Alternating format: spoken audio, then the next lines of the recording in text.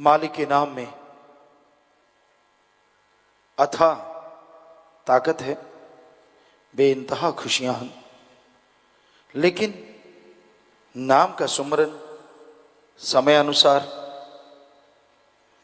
तरीके से किया जाए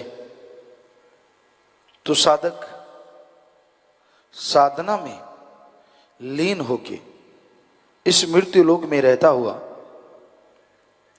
अनामी सचखंड निज धाम के नजारे ले सकता है। जीते जी उस परमानंद की प्राप्ति कर सकता है, जीते जी दोनों जहां के नजारे ले सकता है। पर यह संभव है इंसान वचनों पे रह के सुमरन करे। सुमरन के बिना कोई ताकत नहीं है जो आपके बिगड़े काम बना दे।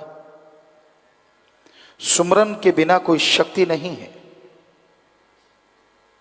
जो आपके गम दुख दर्द चिंताओं को मिटा दे।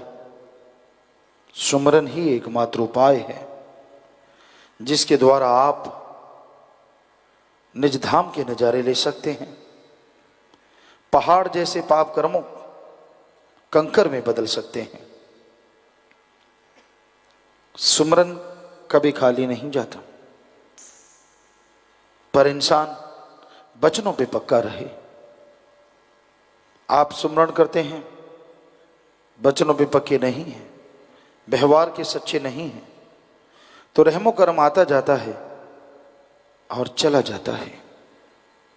जिस तरह किसी की झोली में हीरे मोतीलाल जवाहरात गिर रहे हों और ये हो कि उसी की झोली में गिरेंगे लेकिन वो झोली ही फाड़ ले, तो वो सब गिरेंगे लेकिन गिरते ही चले जाएंगे, झोली में अटकेंगे नहीं।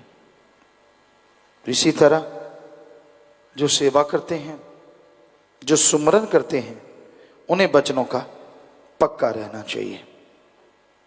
वचनों के पक्के रह के आप थोड़ा भी सुमरण कर लेते हैं, सेवा कर लेते हैं, तो आपका भाग्य जरूर बदल सकता है।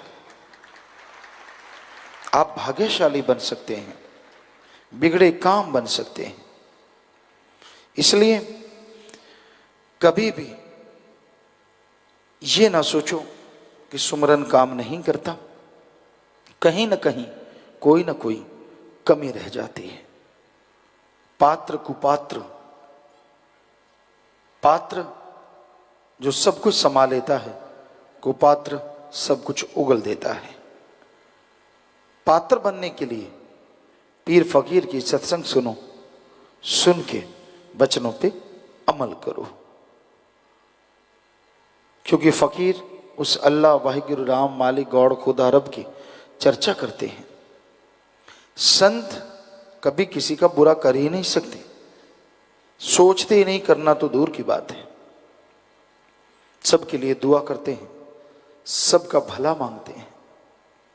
इंसान अपने कर्मों की वजह से दुखी होता है, कर्मों की वजह से परेशान होता है। अगर आपको ऐसी कोई परेशानी है, सुमन कीजिए, टेंशन ना लो।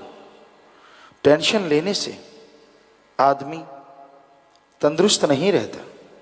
तंदुरुस्त नहीं है तो सुमरन और सेवा नहीं होगी, वचनों पे अमल नहीं होगा, तो मालिक की कृपा पात्र कैसे बन पाओगे। इसलिए आप टेंशन छोड़ के, चिंता छोड़ के भले कर्म करो और प्रभु के नाम का सुमरन करो। उसी से ही आपका आवागमन खत्म होगा, उसी से ही आपके अंदर एक नया जोश मालिक प्राप्ति का होगा और उसी से ही मालिक के नूरी स्वरूप के आपको दर्शन होंगे। इंसान देखता है कि उसके साथ बड़े नज़ारे मिलते हैं, चमत्कार होते हैं, बड़ी खुशियां मिलती हैं। फिर ये कैसे संभव है कि वो खुशियां मालिक की तरफ से रुक जाएं? आपके ऊपर मूसलाधार बरसात होती है, या तो आप छाता ले लेते हैं, या तो फिर आप कमरे में चले जाते हैं, तो बरसात से बचा जाता है। अगर दुनियावी बरसात होती है तो मालिक के रहमो करम की बरसात में काम वासना क्रोध लोभ मोह अहंकार मन माया रूपी छाता है, या फिर काल के घिनौने कर्म है जो कर्मों में आप फंस जाते हैं, इनकी वजह से वो मूसलाधार मालिक के रहमो करम की बरसात से आप वंचित रह जाते हैं। अदरवाइज हो ही नहीं सकता मालिक का रहमो करम आप पे ना बरसे और जन्म जन्म के पाप कर्मों को ना काट दे। तो इसलिए निगाह मारो, अपने अंदर के बुरे ख्यालों को दूर कर डालो, नेगेटिव ना सोचो कभी भी, किसी भी कीमत पे पॉजिटिव रहो, सुमन करते रहो। मालिक साथ देते हैं, देते थे और कई गुना बढ़ के साथ देते रहेंगे। बस अपनी कमियां दूर कर डालो, सुमन भक्ति इबादत में मन को लगाओ, सुमन करो। ज्यों ज्यों सुमन करते जाओगे भावना पवित्र होती जाएगी और मालिक की दया में रहमत आप पे मूसलाधार बरसती हुई महसूस होगी, नजर। आत्मा भगवान से बिछुड़ के आई, अलग अलग शरीरों में चली गई। तो जब भगवान ने देखा कि इस तरह से तो आत्मा आजादी नहीं होगी, तो मनुष्य शरीर बनाया गया। और मनुष्य शरीर में भी अगर जीवात्मा ओम हरि अल्लाह राम का नाम नहीं जपती, तो फिर इस जीवात्मा को 84 लाख जन्म मरण का चक्कर लगाना पड़ता है। एक शरीर में जाती है जीवात्मा, उसको त्याग देती है, दूसरे में चली जाती है। इस तरह 84 लाख बार जन्म मरण होता रहता है और बिल्कुल आखिर में मनुष्य शरीर मिलता है। और इस शरीर में अगर ईश्वर की भक्ति करे, ओम हरि अल्लाह राम की भक्ति इबादत करे, तो जीवात्मा को मोक्ष मुक्ति संभव है। अन्यथा जन्म मरण के चक्कर में जीवात्मा उलझी रहती है, फंसी रहती है। तो अगर आप आवागमन से मोक्ष मुक्ति चाहते हैं और जीते जी गम दुख दर्द चिंता परेशानियों से मुक्ति चाहते हैं, तो उसका एकमात्र उपाय हमारे सभी धर्मों में लिखा है। और वो उपाय है मालिक का नाम लेना। ओम हरि अल्लाह वाहिगुरु गॉड खुदा रब, जिसके करोड़ों अरबों नाम हैं,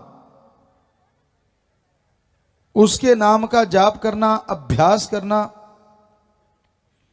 ताकि आवागमन से मुक्ति मिले और इंसान को वो तमाम खुशियां मिलें जिसकी कभी कल्पना भी ना की हो। तो अगर आप खुशियां लेना चाहते हैं, अगर आप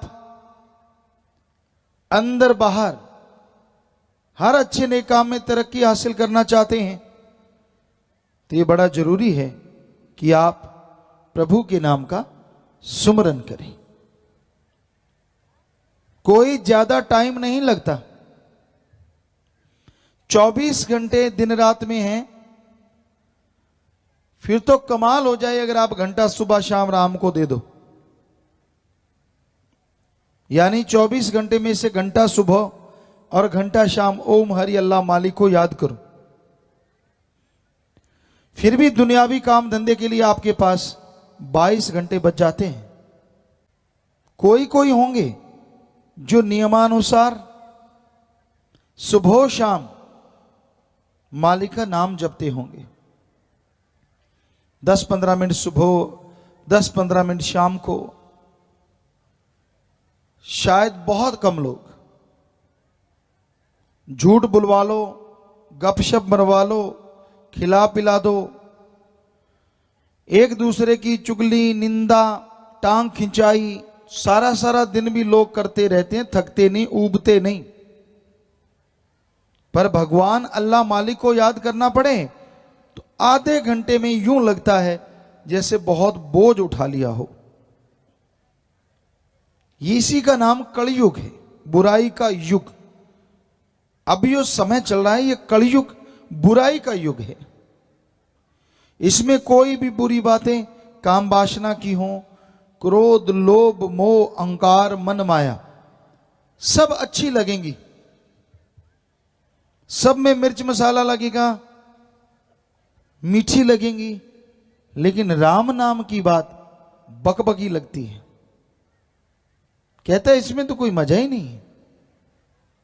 पर ये बकबकी लगने वाली राम नाम अगर कोई पान कर ले, इसका अभ्यास कर ले, इसमें जो मिठास है, इसमें जो लज्जत है, वो कहने सुनने से परे की बात है। बेहद मीठा है, बेहद नजारे देने वाला है। इंसान कहता मैं गारंटी कैसे दूं? हम आपको गारंटी दे रहे हैं, जो कह रहे हैं वो हमने देखा सदगुरु की कृपा से, और 100% सच है।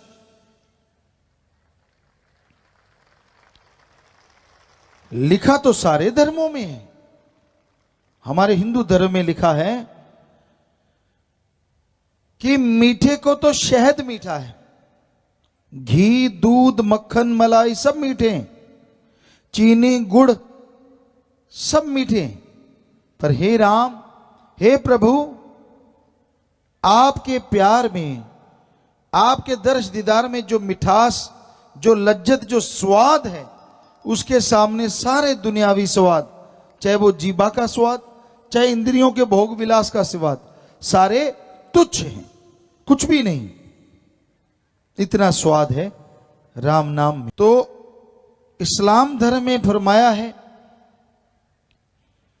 कि अगर मजाजी शराब के लाखों मटके भरे हों और अल्लाह की इबादत में गुजरा एक पल, वो एक पल लाखों मटकों से अरबों खरबों दर्जे ज्यादा नशा देने वाला होता है। इतनी लज्जत, इतना नशा है। पर जब तक इंसान को वो नशा मिलता नहीं, तब तक दुनिया में पागल होकर घूमते रहते हैं। बुरे बुरे कर्म करना, बुरी सोच, बुरे ख्यालात, बुरी चीजों में उलझे रहना, बुरे विचारों में खोए रहना। तो भाई, जिसने कभी गुड़ ना खाया हो और अचानक गुड़ मिल जाए, तो कहते हैं गूंगे को अचानक गुड़ मिल गया,